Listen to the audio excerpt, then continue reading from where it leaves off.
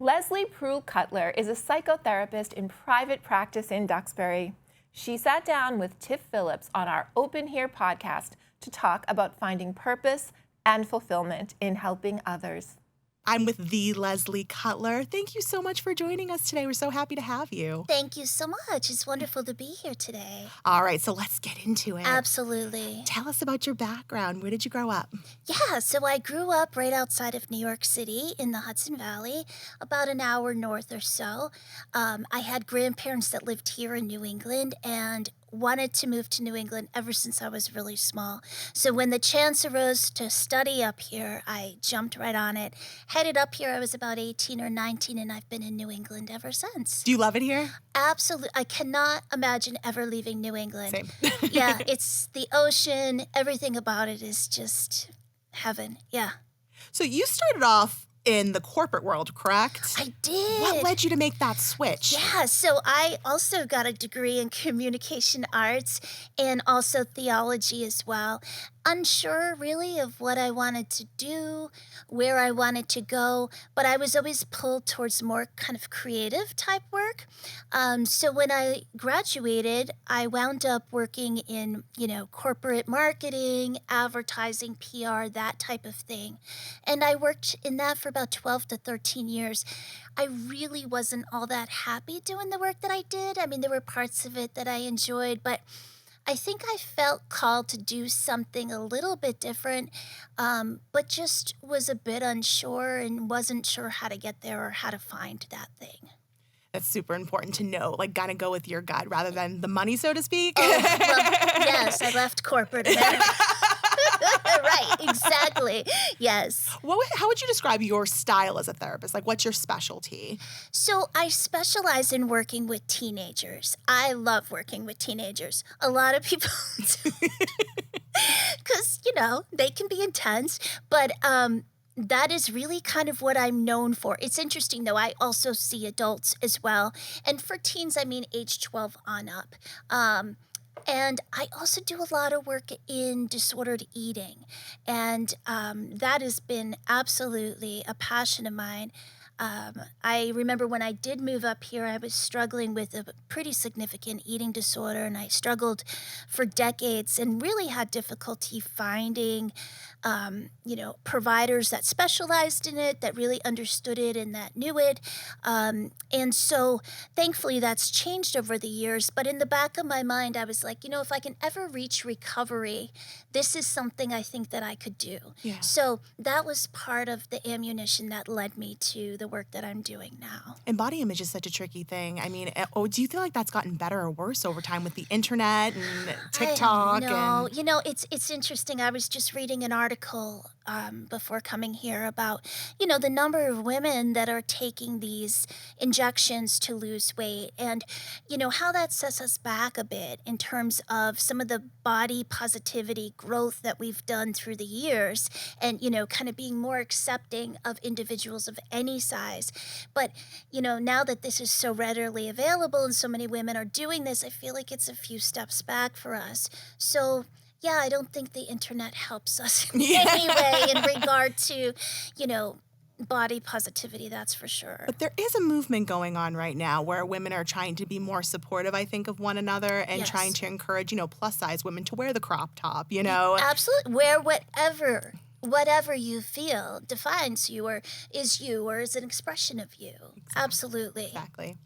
There's a bit of a philosophy out there that people only need help these services while they're in crisis or have been diagnosed. Do you think everybody needs a therapist, or do you think just people with diagnoses? Well, I think a lot of people don't know what their diagnoses are until they get into therapy. But something for a lot of them is something is undone, something feels like there's a hole somewhere, or there's a behavior that can't be explained. Sometimes people are mandated through the court system and that sort of thing. Other times people tend to go on their own. It's interesting because I find the younger generation is much more open to therapy than some of the older generation, which includes my generation and those, older than myself. It seems that more people are open to talking about it, speaking of generations. Yeah. Why do you think that is? They're more likely to talk about what's ailing them versus keeping it kind of hidden. Yeah, it's so interesting that you asked that question because when I was growing up, we didn't have the internet, right? I'm so aging myself right now. We didn't have cell phones, none of that. So you never got insight as to what others' worlds looked like. We were all very sheltered in the sense that we didn't know much outside of our own home and maybe that of a neighbor or two.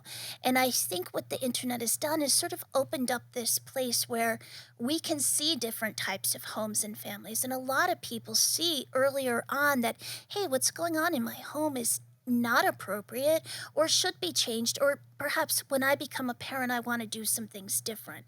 And that's what the younger generation, I think, is really kind of holding on to is, let's try to stop some generational trauma by educating and bringing some of these things that have surfaced over time to the forefront. Do you think the younger generations are kind of teaching the older generations that it's okay? Or do you think there's kind of a block there? I think they're trying, and kudos to them because that needs to happen. Hopefully, my generation will be open to hearing what they have to say. There's a plus and a minus for this. The negative part is so often I have people coming into my office saying, oh, I think I have this diagnoses, when that's not the case. A lot of times there's information that isn't quite complete. Oh, if you answered yes to any of these 3 questions, well, you have this, you're on the spectrum, or you're this. And I spend a lot of time doing psychoeducation for people, and we talk a lot about diagnosis. Is it important that you know this? Do you want to know this? Do you want to understand this? Let me tell you how I came to this decision. And then really breaking it down for them to help them understand and saying, this is the diagnostic criteria. These are the items that, fit appropriately. And so let's look at this closely and figure out how you can learn to live with this diagnosis in the most helpful possible way. So when it comes to therapists, there's not like a one-size-fits-all situation. What advice do you have for people who are looking for a therapist? Like, what kind of questions should you ask? Do you interview the person? I mean, how do you find someone that fits your needs? That's a great question. And, I tell every single one of my clients to shop for a therapist. I offer an introductory complimentary meeting to sit with them. Like, let's see if our personalities work together. Let's see if I'm the type of therapist that you feel like you could be comfortable with, that you could talk to. And I think this is especially important for my teenagers too, because so often their parents are like, you have to go to therapy, and then there's so much resistance. So I say to them, listen, you're the one in charge. You're the one making the decision about who you see. Obviously, your parents are telling you you have to see somebody, but I'm going to give you some time. We're going to sit down, and I'm going to give you a few names. Interview all of us so they feel like they have some power, and see who it is that you think would be the best bet for you. Because no matter what type of therapy a person does, studies have shown again and again and again that it's the connection is where the healing happens. It doesn't matter whether I'm this type of practicing therapist or this type of practicing therapist. It's all about the connection is critical and that therapeutic relationship. So I tell people absolutely shop, see who you can imagine speaking to, understand their credentials. In other words, make sure that they're licensed in the state that that they're practicing in. Make sure that they have some experience in maybe the particular thing that you're looking for assistance with, and see if perhaps their overall style of communicating works with what it is that you're looking for. Are there any good places online to kind of research that information? Yeah, I think Psychology Today is a great place to go. They provide pictures of the therapists in your area. You can search by insurance. You could search by, what it is that you're struggling with. You can search in numerous ways. It will bring up everybody that meets that criteria. And really, just about everybody is on that. So it is a good place to start. One could imagine that being a therapist is a bit stressful. You're talking to a lot of people and taking on a lot of their pain and having to kind of have this empathy. How do you compartmentalize that? Not bringing that home to, your personal life. And, I think that's one of the most challenging parts of the job. I've always been somebody who felt a lot, felt everybody's energy as I passed them in the supermarket. And it's really hard to shut down some of that. Caring for an individual is not part of the job description, but it is impossible for me to work without that in place. So I deeply care about all the people that I see, and I would be lying to say there weren't nights that I'm laying in bed going, oh, I hope so-and-so is okay tonight, and I hope that they're figuring this out, or whatever the case may be. So I have my own little rituals that I have to do at the end of a long day to kind of help transition back from being a therapist to being a mom, to being a wife, to being all the roles that I play outside of that. And, some of that is changing clothes, taking my dog out for a walk, doing something creative.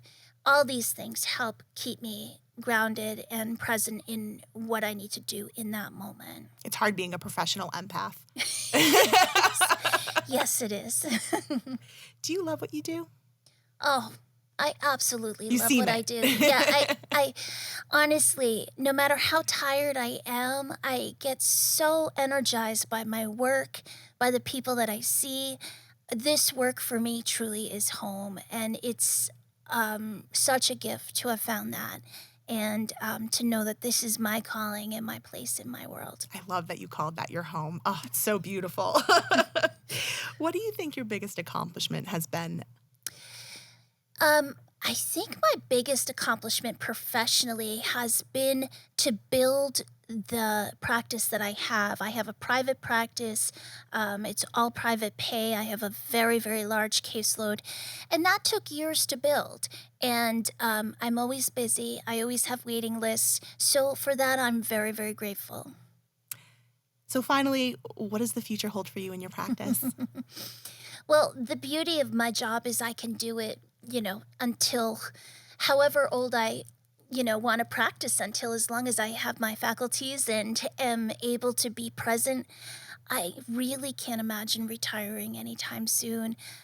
This work has been so important for me, and I want to continue doing it as long as I possibly am able. Well, I hope you are, because the world needs you and people like you. Leslie, thank you so much for joining. I really appreciate it. Thank you. It was wonderful to be here today. Thank you.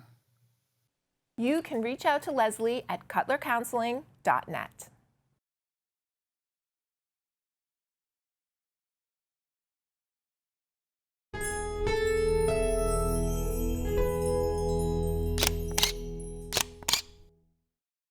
Hey friend, thanks for stopping by. If you like this video by The Local Scene, share the love and give it a thumbs up. And don't forget to subscribe.